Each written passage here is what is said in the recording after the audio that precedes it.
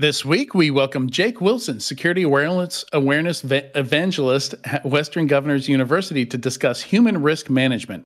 In our second segment, we'll cover this week's leadership and communications articles. Business Security Weekly starts now. This is a Security Weekly production for security professionals by security professionals. Please visit securityweekly.com/subscribe to subscribe to all the shows on our network.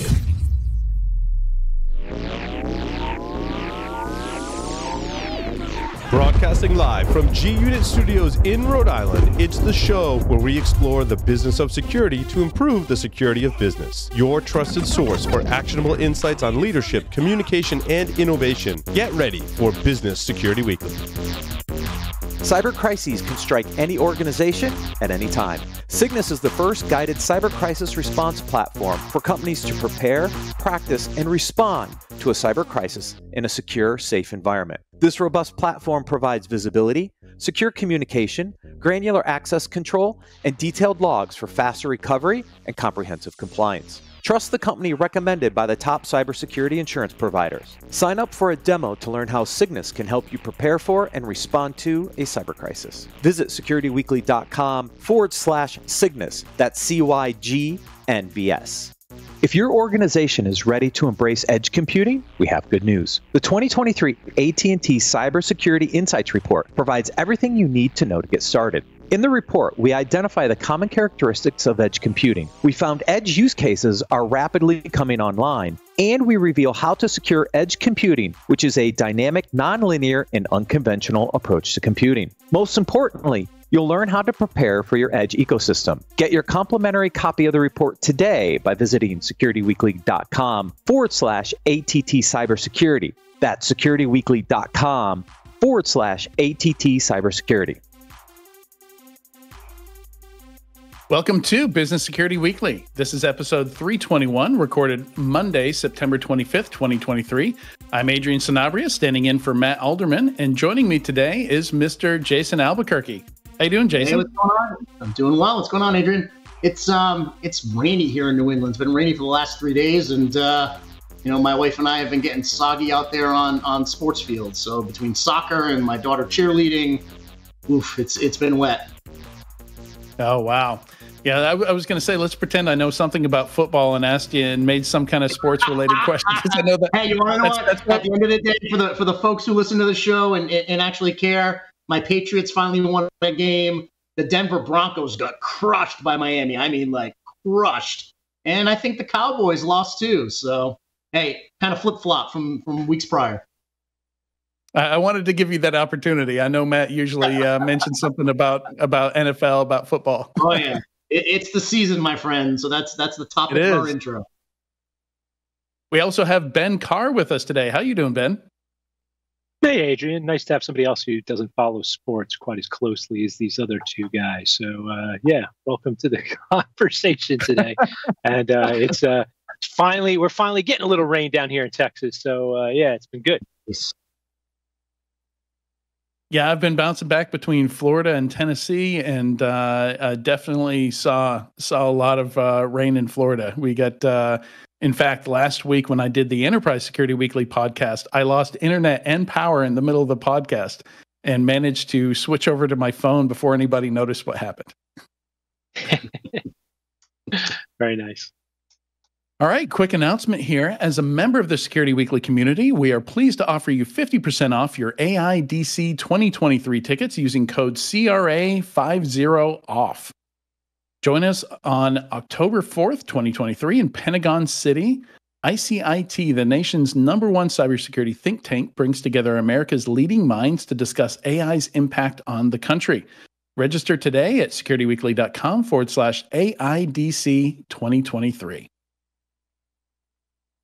All right, and this interview is sponsored by Living Security. And the topic for today is human risk management at Western Governors University. We have Jake Wilson joining us. He's a security awareness evangelist there at Western Governors. He holds a SAN Security Awareness Professional Certification and has been involved in information security since 2014. Previously worked for the state of Oregon, which has a few employees, I understand, and managed the Information Security Awareness and Training program there. Welcome to Business Security Weekly, Jake. Awesome. Thanks so much for having me. I sincerely appreciate it. And very excited to talk about this topic today. Yeah, same. So how many people did you have to take care of there at State of Oregon? Oh gosh, let's see. So when I first started, State of Oregon has a bunch of different agencies, obviously, and I started out in one agency called the Oregon Health Authority, and it was the largest state agency, approximately 12,000 employees, and I started there as a privacy program analyst. So we had kind of a shared office between information security and privacy, and just kind of fell into that role doing awareness. Saw obviously there was a gap there. Nobody really was dedicated to it full time. So started doing that. And then after a few years, I made the leap to kind of the enterprise level, what we call the Department of Administrative Services.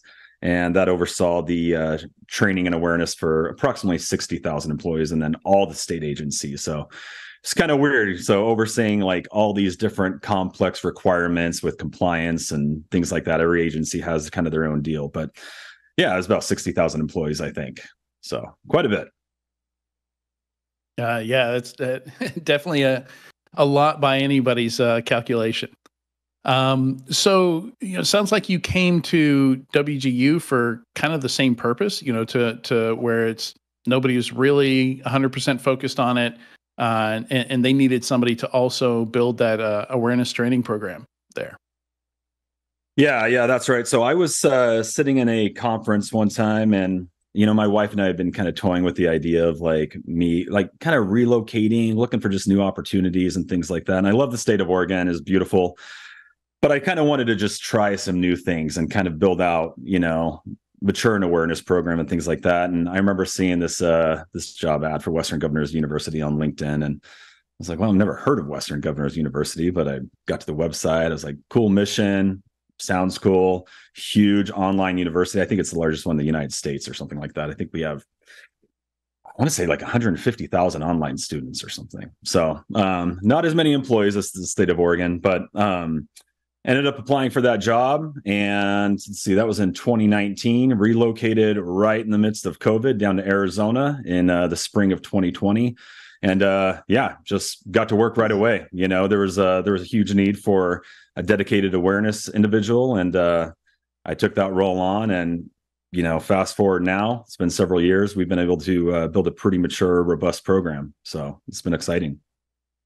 So Jake, question for you, especially, I'm sure at Western Governors, there's a lot of this, but I'm sure, for the state of Oregon, there was a lot of it as well. The success of a security awareness program is all about the buy-in from the different business units, right? Because that leadership really needs to start at the top, and you need to have support going all the way down. How did you build bridges, especially on the public sector side, with so many siloed organizations, siloed business units, different missions, different personalities?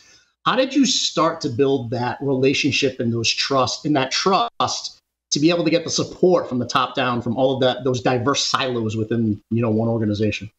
Yeah, the state of Oregon. Yeah, that's definitely that was a difficult one. So at the Oregon Health Authority, there was nobody really managing all the different organizations. It was kind of like, I don't want to say an ad hoc thing. They had a program, but it wasn't being managed, full time by any specific individual. And when I moved over to that enterprise level, I had set up a work group, which was awesome. And we had a lot of collaboration, a lot of participation. So essentially, almost all of these agencies within the state of Oregon had an information security officer. And a lot of these information security officers participated in this work group. And we'd meet once a month. We'd talk about training topics, risks, things that we need to address, and then on top of that, I just started getting out there. I started traveling around to all these different state agencies through Oregon, and I would talk to their leadership. And it was kind of a cool way to kind of get my name known, but also get to know some of the individuals, and talk to maybe some of these security officers that weren't involved in our work group. I'd get out there and meet with them and then do presentations for all the managers within that agency, sometimes a couple of hundred, sometimes might be 20 or 30, and just kind of talked about, what our end goal was and what our program would look like and why we're reaching out and what we want to do for the employees, and basically provided resources for them as well, because they didn't always necessarily have a budget to have a dedicated awareness individual. So they could leverage me as a resource, and I was more than happy to be that for them. So, but yeah, I think the biggest thing was just letting people get involved, letting people have a say, and, just meeting consistently with the state of Oregon. Now, is that the same strategy you took to Western Governors? Because, I mean, you look at a university and you also have diverse silos there, right? You have administration, you have all of the educational side, where I'm sure you have different programs and research divisions and things of that nature. So is that the same philosophy you took to the university? Yeah, it really is. And, one of my big things at Western Governors University was I wanted to kind of take this existing program that they had, and that existing program was, they were doing some phishing simulations and they were doing some training, and I don't think it had really been refreshed, maybe some minor updates and things like that, but I really wanted to get more people involved and get people kind of excited about security and show them really that there's a lot more to information security than just kind of the online courses and, ad hoc kind of communications or alerts about risks or things that are happening at the time. So right away, I think one of the first things I did at Western Governors University was I got in there and I was like, we have a ton of traffic that always goes to the internet, and all these different departments or programs within the university usually have a dedicated internet page. And I got there and I was like, well, we only have one thing here, and it's policies and standards. And nobody was really visiting that, and they weren't really learning a lot from it. I mean, it was a good resource if we needed to provide a link or something like that to individuals, but I did a complete refresh of this intranet page, and I kept our policies and standards, and then I built that out. And I go, let's put a phishing page on here. Let's put an awareness page with fun videos. Let's do something for cyberbullying. And again, this was right when COVID was going on, so let's create a whole separate page for like security awareness around COVID scams and all these other issues that are happening, at 2020, right at that time. And then as time went on, we started seeing more people come and visit, this intranet page. And then we just kept building things out. I started going, all right, let's get away from these kind of courses that we've been delivering that employees are used to. And I started rolling out more frequent courses. We went from like kind of that long compliance course that a lot of organizations start with. And I started rolling out these like just snippets, 5 minutes, 10 minutes. And leaders like that because they're like, well, this is great. Our employees are able to actually like knock things out within 5 or 10 minutes. They're learning a lot. They're retaining more, obviously, because the course is shorter. If you're taking an hour-long course, most of these listeners probably know that, I think you forget half of it by the time it's over.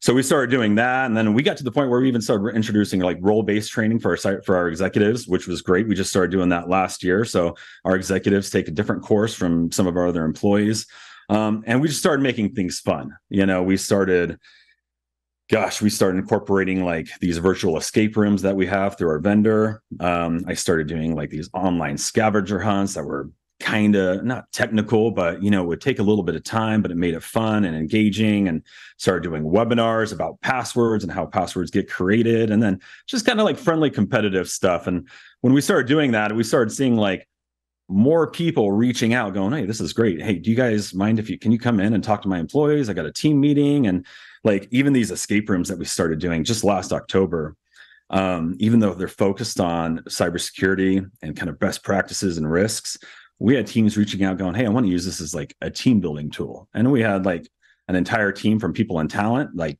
the VP from that department set one up for their team. And then we had managers reaching out, setting us things up. And we've just had like constant conversations around security, which is obviously great. So that, I think the biggest thing was like making things fun, making them engaging.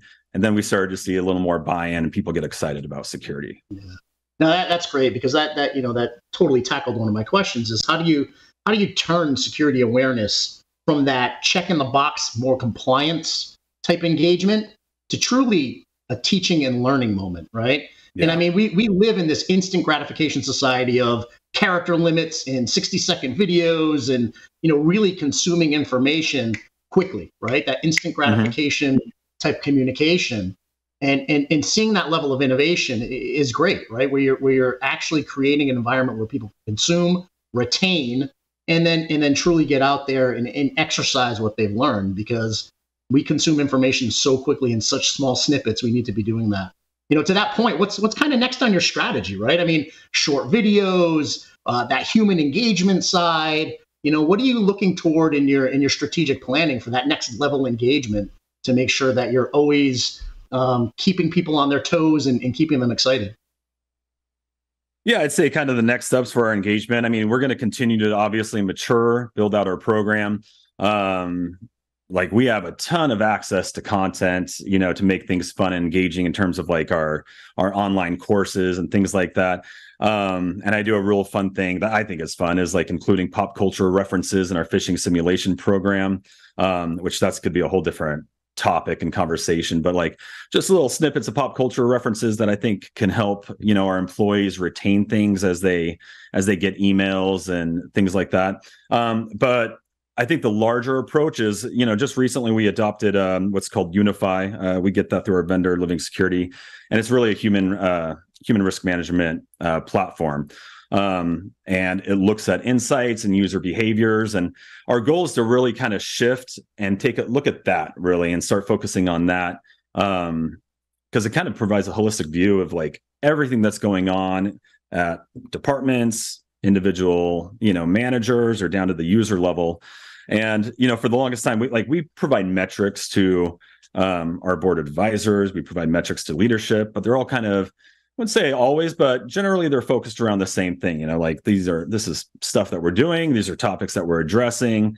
Here's some phishing simulation click rates. And that's kind of a fun competitive thing that our executives love looking at. Like, oh, I beat you. And oh, look at this, and it's a cool topic of conversation, but I'd really like to start utilizing what Unify offers, which is this human risk score. So you could provide it, at the university level. We could break it down and provide it by executives, which I think that's kind of the next step that I really want to start focusing on, because I think it provides a much greater view and more detail into really the risks of within our organization and specific employees or teams and what we need to focus on it. But then also once we do that, we could start showing like, well, here's what we're doing to address this, because that's usually the question that, leadership generally has is like, oh, this is great that you're showing us all this information, but what are we doing to address this or like mitigate these risks and things like that? So these risk scores could tell a really great story. Well, here's the top 5 greatest risks within this department or within this team, or again, down to the individual. And this is what we're doing. We could be sending out notifications. We could be doing one-on-ones. We could be doing lunch and learns, deploy training courses quickly. So that's one piece of the thing. That's one piece that we're going to continue to focus on and eventually build out. We just need to do some more integrations on our end before we kind of get to that level, so we could start, looking at more insights and gaining more data. But then on top of that, the other cool thing that this platform does that I'm super excited about is it provides a scorecard to the individual employee.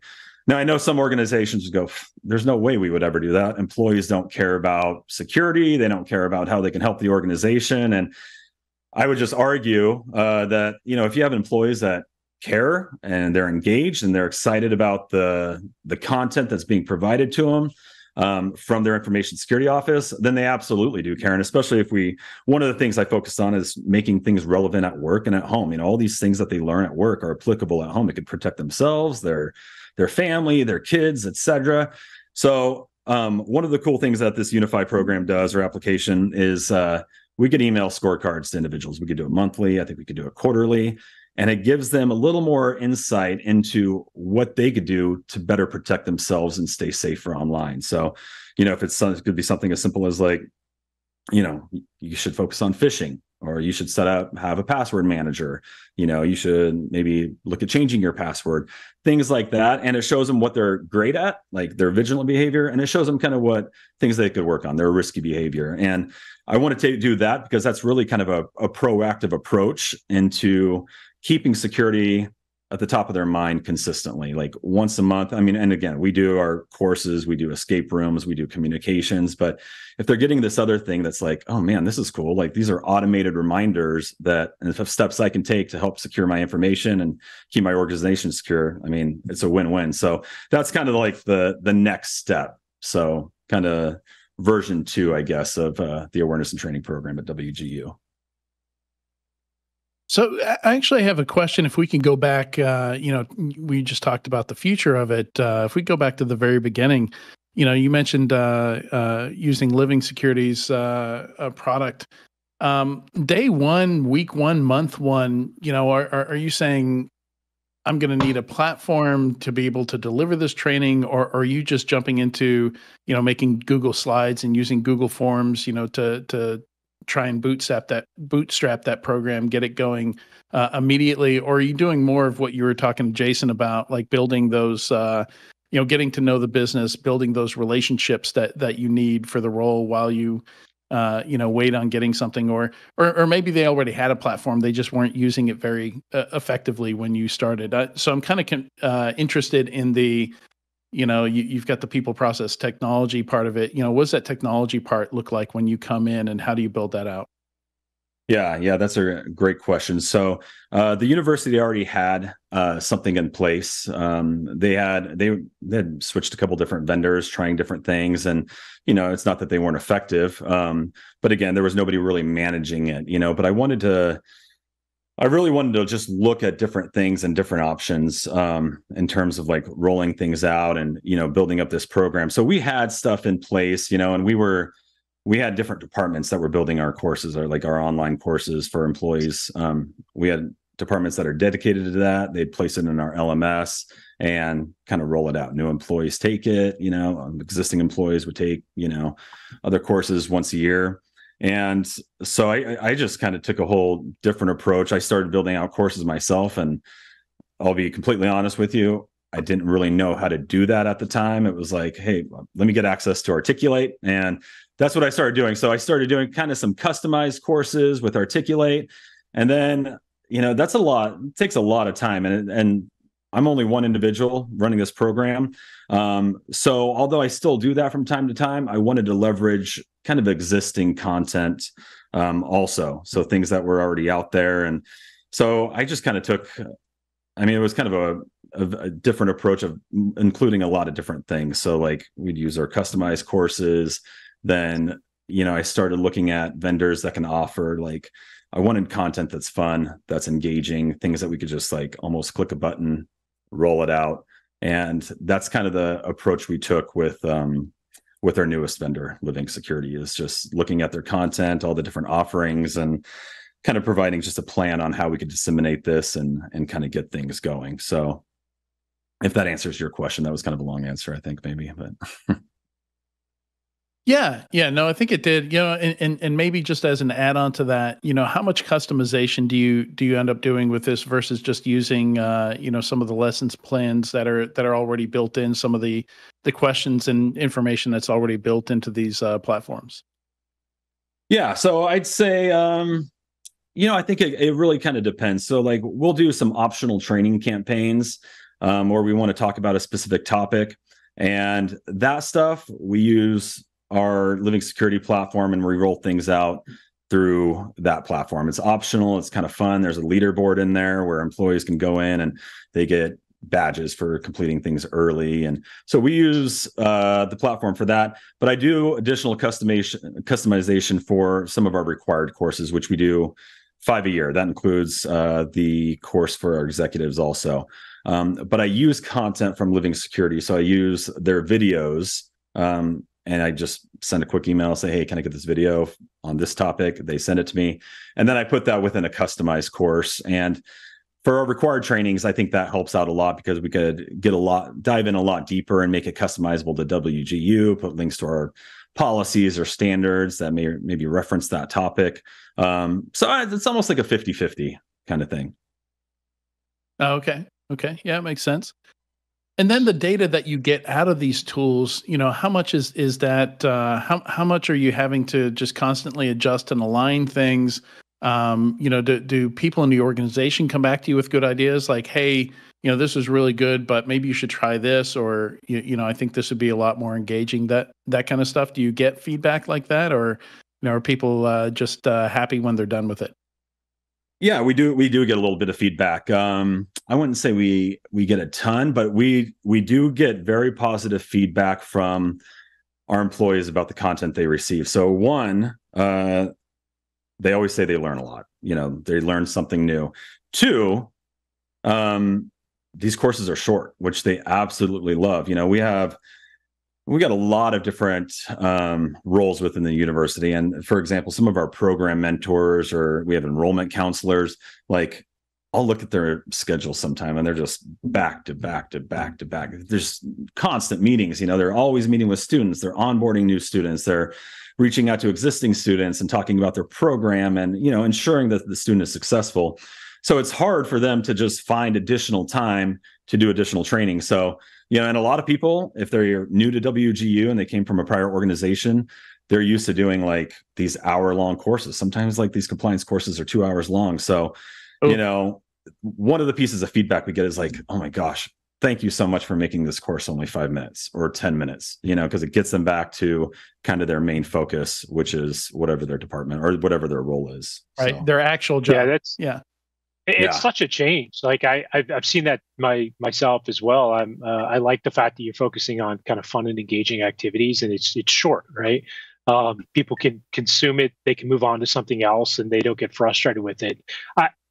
Why do you think so many people focus on this as a compliance activity only? Because it sounds like you're of the same mind I am, is that there's a lot of value that you get returned from a good security awareness program where you're actually moving the bubble versus just doing it as a compliance check the box kind of activity and moving on, which seems to be a real waste in my experience. Yeah, that's a great question. I'm sure a lot of people would answer this differently, but I think it's almost just kind of hard to break bad habits. I think for the longest time, organizations or maybe even the government or something, they'll put out, documents saying, well, this is what the awareness program should include, and then sometimes leaderships or organizations look at that and go, well, this is what we need to be doing to just kind of to check the box, do our compliance training, the bare minimum. And they haven't really seen any value in expanding things because they haven't gotten to that point yet. But I think to me, and maybe it's just because I'm on LinkedIn and looking at what people are posting, and I've talked to other leaders at different organizations and things like that. But I feel like there's starting to be this shift. There's always going to be organizations that are like, nope, we don't have the budget to do this. We don't have, the same person that's doing awareness is also doing email security and endpoint security. And it's like, that's good enough for them. And it's really just because they don't, maybe they just haven't seen the value of it, or they don't really have the vision and how amazing things could be and how better protected their organization could be if they really focus in on more engaging and more frequent content rather than just getting away from this like kind of old school compliance focused check the box kind of thing. So yeah, that's a tough one, but I think it's just, that's been the focus for so long that it's hard to get away from that. And until organizations maybe, I hate to say this, but maybe until some organizations like really start getting attacked and start realizing some of the risks that might have a human root cause, or incidents that might have human root cause, it's going to stay that way. So, but I do think the lion's share of those attacks seem to map back to that personal issue, right? That individual causing some gap in the system, right? Right. Certainly there are automated things and systems that have vulnerabilities and issues that people compromise. But, if you look at MGM, right, it looks like it points back to, security awareness training, human capital issue, right? And so I think the value payback on that is much higher than people believe. And I like your focus on turning it back to some type of risk score, right? And gamifying that, exec again, not exec against exec, but mapping the exec so they can see like who's really moving the bubble, changing their scope of reference to be better at the awareness side. And then if you can add gamification to that, that can be a real win for the organization and up level the security game. So yeah, I think you're on the right track. Yeah. And to your point, Ben. Jake, here's a question for you. Right, you built a great program with a great content strategy. You've built trust and relationships around the organization. You brought strategic tools into place, like your human risk management platform, and that's going to give you insights and data points. Ben mentioned moving the bubble or moving the needle. Let's fast forward a year, right? And this program's in place. You've had your technology in play and the people in the process. What is winning the game for you? Right? What are the metrics that you're going to be looking at that are going to help tell you you're moving the needle? Because you have a very innovative program. And I'd love for our listeners to learn, what are you going to be looking at to show that you're winning the game, to show your leadership that you're winning the game? What are those metrics that are gonna show you you're moving the needle? Yeah, that's a great question. So just as a little bit of background, historically, like our metrics have always been like, well, let's talk about our phishing click rate. Let's talk one cool thing that I think in terms of metrics is like number of hours that our employees spend learning. So, and a great metric around this is like these escape rooms, for example. Like when we rolled these out last October, right when we got access to them, I mean, we'd have people that spend 30 minutes in these, they spend an hour in these, times 12 people in one room. And then all of a sudden you're like, man, look at all these human hours spent learning about security. So that's a cool metric. But fast forward to a year, really the goal would be to focus on some of the top risks or insights throughout that we have in this human risk management platform. And it could be something as simple as, going back to the generic phishing stuff, which, most organizations are doing, but it also reports on different insights. Like this would be a collaborative effort to identify these risks and like focus on them with my leadership, obviously. But maybe one of these risks is like, all right, we rolled out this international travel agreement and employees have to go through this process before they can take their workstation overseas, But then, and so one of these insights within Unify is, are users logging in from a suspicious location? Do they have a suspicious IP address? So again, we would talk with leadership, or I would talk with leadership and go, well, these are the top risks that we're seeing that employees are exhibiting within Western Governors University.